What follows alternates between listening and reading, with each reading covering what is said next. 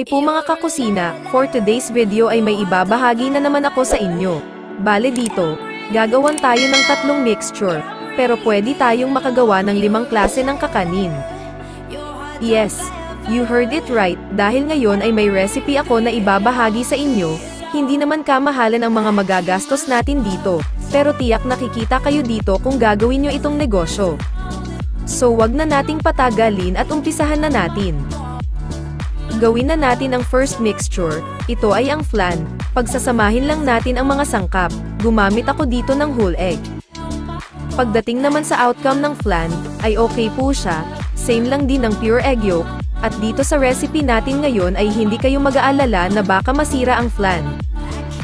Bale dito, small amount lang po ang ginamit ko, doblehin nyo na lang kung maramihan na ang inyong lulutuin. Kapag nahalo na lahat ng ingredients, strain ito ng mga 3 beses, para sure na magiging smooth ang texture ng flan.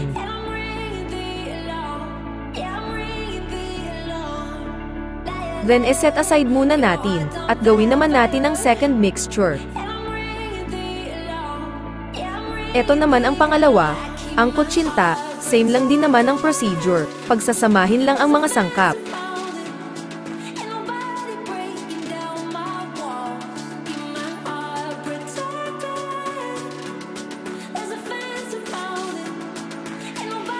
Kapag napagsama na lahat, salain ito kahit 1 beses lang, para mawala ang buo-buo. Then set aside muna, at proceed naman sa third mixture. Puto batter naman ang pang third mixture, combine muna ang dry ingredients, then mix well.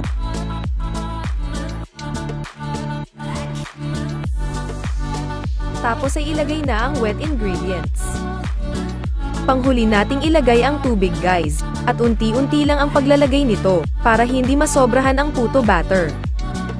Huwag po itong i-overmix, mas mabuting salain ito para maging smooth ang outcome ng puto.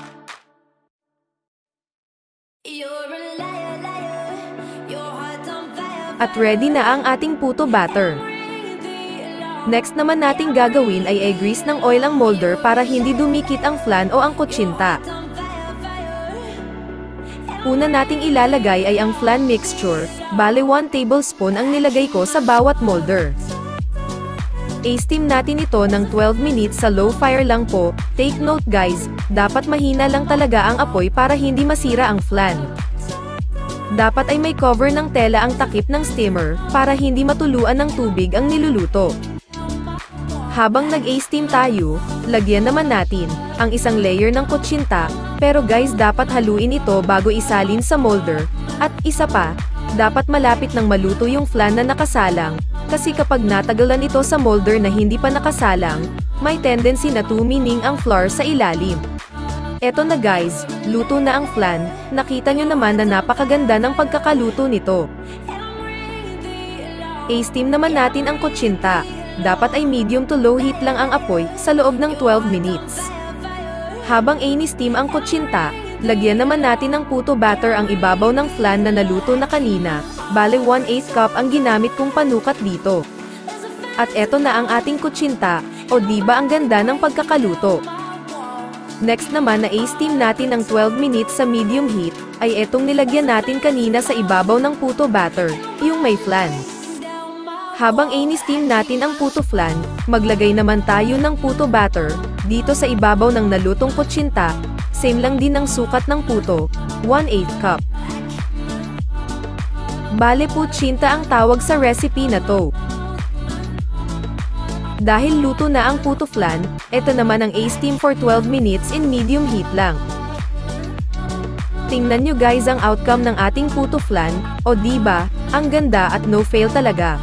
Malaki ang naitulong ng nilagay nating cornstarch. To be honest, first time kong maglagay ng cornstarch sa aking puto flan, at satisfied naman ako sa naging resulta nito. At isa pa guys, whole egg pa ang ginamit ko dito, at may evaporated milk pa. Minsan talaga, kailangan din nating mag-experiment, kasi dun tayo kukuha ng mga bagong idea. Next naman nating lulutuin ay ang puto cheese. Naglagay lang ako sa molder ng 1/4 cup, pero hindi ko naman binuhos lahat, kasi masyado nang aapaw kapag naluto ito. Then, lagyan sa ibabaw ng sliced cheese. Pagkatapos, ay i-steam ito ng 15 minutes to medium fire lang po. Habang nakasalang ang puto cheese, eto luto na ang puchinta. Tingnan nyo guys, napakaganda ng pagkakaluto, diba? Dahil nakagawa na tayo ng puto flan, puchinta at puto cheese, ang gagawin naman natin ay ang kutsinta at puchi leche. Unahin na natin itong puchi leche. Maglalagay lang ako ng 1 tablespoon ng flan mixture dito sa moldel. Then i-steam ito ng 12 minutes sa mahinang apoy lang. At eto na pala guys ang ating puto cheese. Tingnan nyo, napakaganda ng pagkakaluto natin.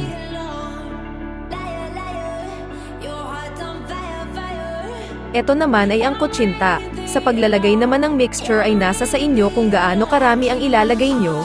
Bale dito, almost 3/4 ng molder ang nilagay ko. At siya nga pala guys, large molder ang ginamit ko dito sa lahat, para pare-pareho ng sukat. Pero pwede naman kayong gumamit ng ibang size.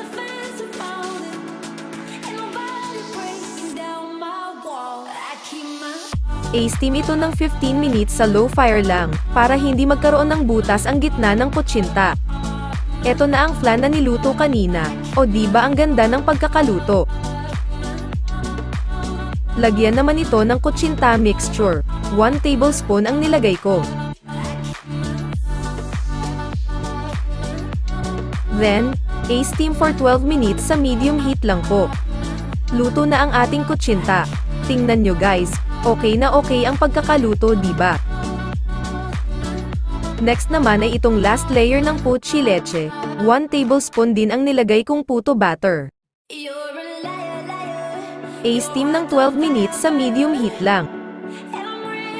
After 12 minutes, tingnan nyo guys, luto na ang puchi leche, o diba ang ganda ng pagkakaluto.